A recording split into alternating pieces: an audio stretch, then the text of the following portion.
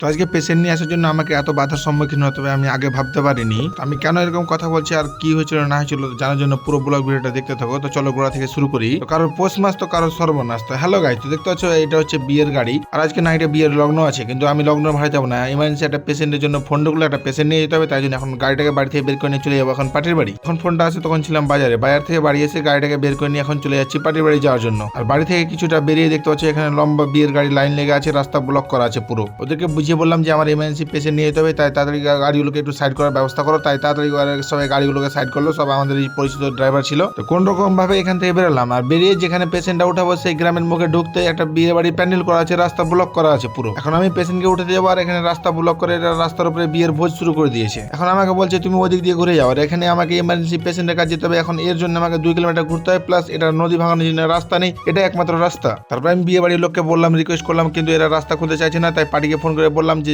আমার এটা দিয়ে যাওয়া হবে না, কারণ রাস্তা ব্লক করা আছে। তবুও পার্টি ফোন করে বারবার রিকোয়েস্ট করছে না তোমাকে আসতে হবে। আর ফোনটা করেছে আমার একটা স্কুল লাইফের বন্ধু, ও দাদু খারাপ আছে। আর দেখতে হচ্ছে এই লোকটার কারোর বিয়ে আছে, এই লোকটা এসে আমাকে একটু জ্ঞান দিচ্ছিল। তো ওদের সাথে একটু ঝামেলা করার পরে এখানে সময় নষ্ট করা আর লাভ হবে না যেহেতু, তাই জন্য আমি গাড়িটাকে এখন ব্যাক করে নিয়ে চলে যাবো পার্টির বাড়ি। আর এমন জায়গাতে গাড়িটা নিয়ে ঘুরেছি যে এখানে কোনো গাড়ি ঘুরানোর সেরকম জায়গা নেই। প্রায় পিছন মানে 500 মিটার যাওয়ার পর একটা জায়গা পেলাম, সেখানে গাড়িটাকে ঘুরিয়ে তারপরে আমি অন্য রাস্তা দিয়ে এখন চলে যাবো পেশেন্টের বাড়ি। আর আমি কেন এটা দিয়ে যেতে চাইছিলাম না, দেখো তোমরা রাস্তার অবস্থাটা দেখো, এখানে কোনো রাস্তা নেই, এটা একবার জমির মধ্যে দিয়ে গাড়িটা নিয়ে যেতে হচ্ছে, কিন্তু পেশেন্টের জন্য কিছু করার নেই, যেতে হবে। একবারে দেখো রাস্তার অবস্থা দেখো, একবারে গাড়ি ঘুরবে না, 2-3 বার চান্স নিয়ে তারপরে গাড়িটা ঘুরলাম, তারপরে কোন রকম ভাবে চলে আসলাম পেশেন্টের বাড়ি। পেশেন্টকে গাড়িতে উঠলাম, কিন্তু যেটা দিয়ে এসছি ওটা দিয়ে পেশেন্টকে নিয়ে যাওয়া যাবে না। আর এদিকে বিয়ে বাড়ির রাস্তার জন্য প্রায় 3-4 কিলোমিটার একটু ঘুরে যেতে হবে, কিন্তু রাস্তাটা ভালো, তাই ওটা দিয়ে ঘুরে চলে আসলাম। দেখতে পাচ্ছি পুরাতন 16 মাইলের পোকার পার হয়ে উঠে গেলাম নতুন 16 মাইল মেন রোডে। মেন রোড ধরে পৌঁছে গেলাম মালদা, তারপরে পৌঁছে গেলাম সদর হসপিটাল। সদর হসপিটালে ঢুকে এমার্জেন্সিতে পেশেন্টকে নামিয়ে দিলাম, পেশেন্টকে নামিয়ে গাড়িটাকে নিয়ে চলে আসলাম হসপিটালের গেটের দিকে। এখানে এসে গাড়িটাকে এখন পার্কিং করে দিলাম। আর আমি আজকে নিয়ে এসেছি একটা বয়স্ক দাদুকে, দাদুটা মনে হয় বাঁচবে না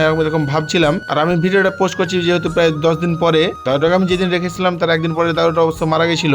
পেশেন্টকে ভর্তি করার পরে আমার সাথে একজন লোক যাবে বাড়ি, তাই জন্য আমি এখন ওয়েট করবো কতক্ষণে পেশেন্টকে ভর্তি করা হচ্ছে। আর যতক্ষণ পেশেন্টকে ভর্তি করে আমার একটা ভিডিও এডিটিং করা নেই, আর প্রায় আজকে এখানে বেরোলো রাত 11টা, তাই তাড়াতাড়ি করে আমি এখন গাড়িতে বসে গাড়ির মধ্যে একটা ভিডিও এডিটিং করে নেবো। গাড়ির মধ্যে প্রায় 2 ঘন্টা বসছিলাম, আর ভিডিও এডিটিং করা হয়ে গেল, আর পার্টির পেশেন্টকে ভর্তি করা হয়ে গেল। তা আমার সাথে যে লোকটা বাড়ি যাবে তাকে নিয়ে এখন বেরিয়ে পড়লাম বাড়ি যাওয়ার উদ্দেশ্যে। টাউন থেকে বেরিয়ে মেন রোড ধরে সোজা একবারে পৌঁছে গেলাম বাড়ি। আর পার্টি গিয়ে বাড়ি থেকে একটু দূরে নামে দিলাম, কারণ পার্টি এটা দিয়ে হেঁটে চলে যাবে, আর গাড়ি নিয়ে গেলে আমাকে প্রায় 4-5 কিলোমিটার এক্সট্রা ঘুরতে হতো। তো ফাইনালি পার্টিকে নামিয়ে পেমেন্ট নিয়ে এলাম, তারপরে আমি গাড়িটাকে ঘুরিয়ে এখন চলে যাবো নিজের বাড়ি। তো গাইস আজকের মতো ব্লগ ভিডিওটা এখানে শেষ করছি, দেখা হবে নেক্সট নতুন একটা ব্লগ ভিডিওতে। আর রাতে যদি হঠাৎ করে তোমাদের ইমার্জেন্সি গাড়ি প্রয়োজন হয় তাহলে তো অবশ্যই তোমরা আমাকে কল করতে পারো। যারা আমার বাড়ির কাছাকাছি আছে আমি অবশ্যই যাওয়ার জন্য চেষ্টা করবো। আর হ্যাঁ, ভিডিওটা লাইক কমেন্ট শেয়ার করতে ভুলবে না।